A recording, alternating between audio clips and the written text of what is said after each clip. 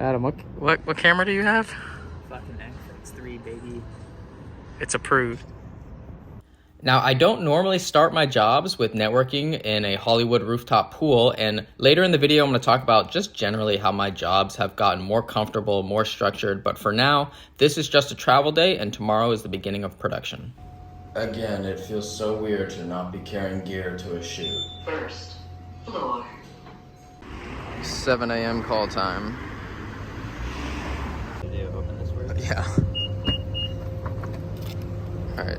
So you packed everything for the shoot into 3 cases, stands, 3 lights, 2 cameras, tripod.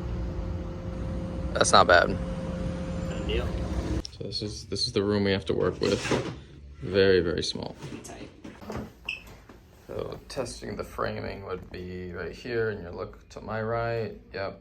I know a lot of you guys like this part of the video, so how did I get this job? Well, I guess I'd call it indirect passive marketing, somewhere around there. A buddy of his told him that, hey, since you're moving from Arizona to Orlando, you should hit up this guy who has a vlog. He's also in Orlando. You guys can meet up. So we did. We had some coffee and really aligned on just talking about being entrepreneurs. So I hired him for a job shortly after, and then a little while later, I had a job come my way. I passed it through him because I couldn't take it, and he did good with that client. Maybe 9 months later, it came back around. He hired me for this job. So we are filming interviews and B-roll for a veterinary clinic in Hollywood. He is gonna gladly take the directing position instead of the one-man band position, whereas I can come in and really think technically and creatively, and he can think more cohesively as what he is delivering to his client. So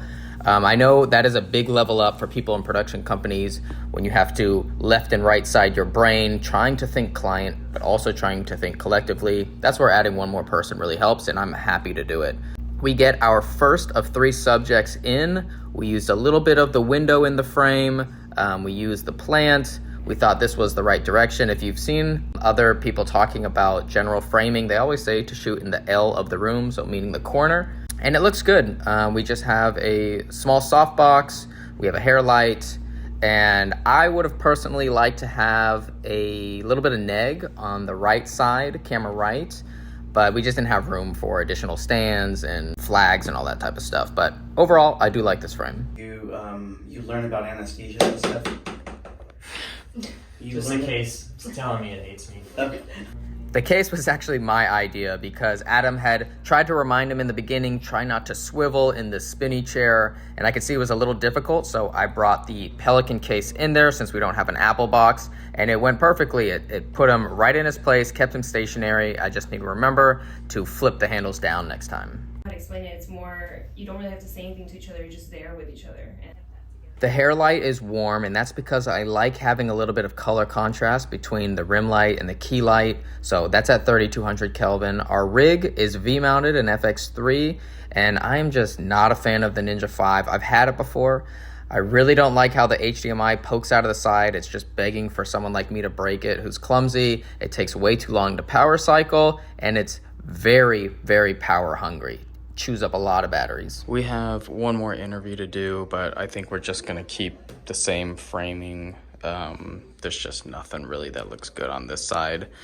And Adam, the director, said he's liking the frame, so we're gonna keep it like this. Also, the Mini Light Dome 2 is working really well. So, you know, the 60X, we got temperature control, and for such a small room, we don't really want anything bigger. So this is working very well. You know, always about having the right gear for the job. So this is a good one, especially for travel.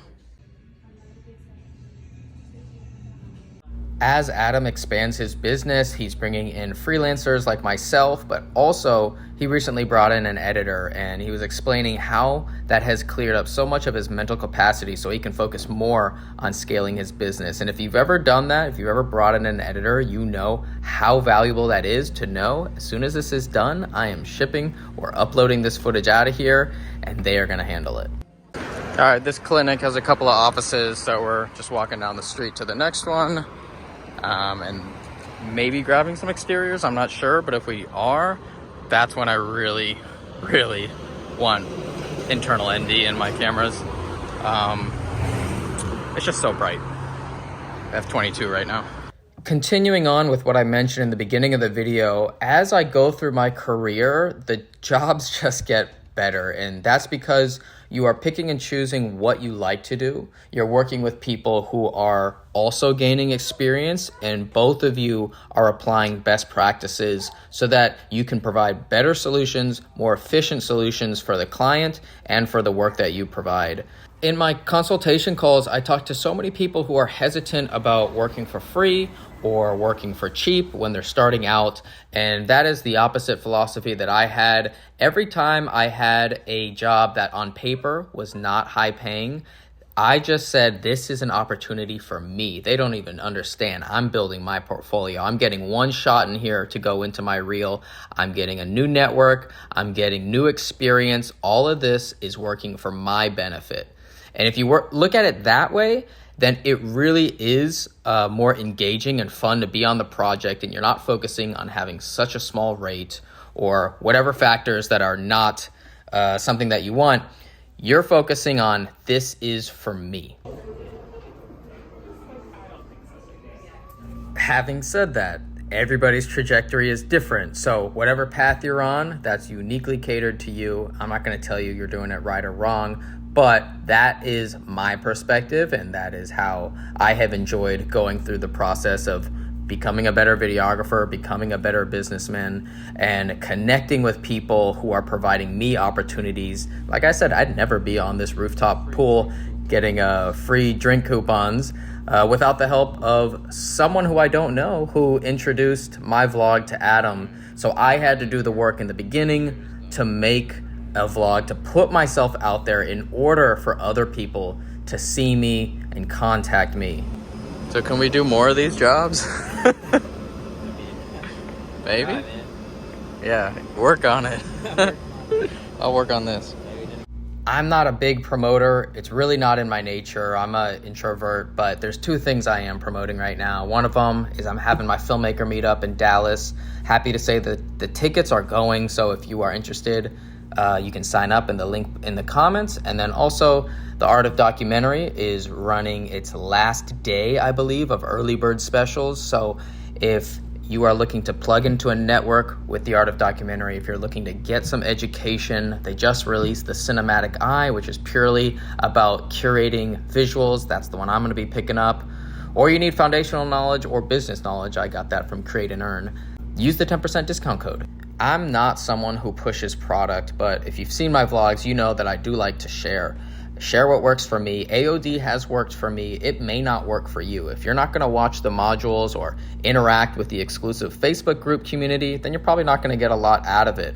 I'm only talking to the people who are considering purchasing. Do it during the early bird special. Get up to 30% off, get 10% more off using my code, and let me know which modules you get. And if you have any questions, feel free to reach out, but the time is running out for the promotion.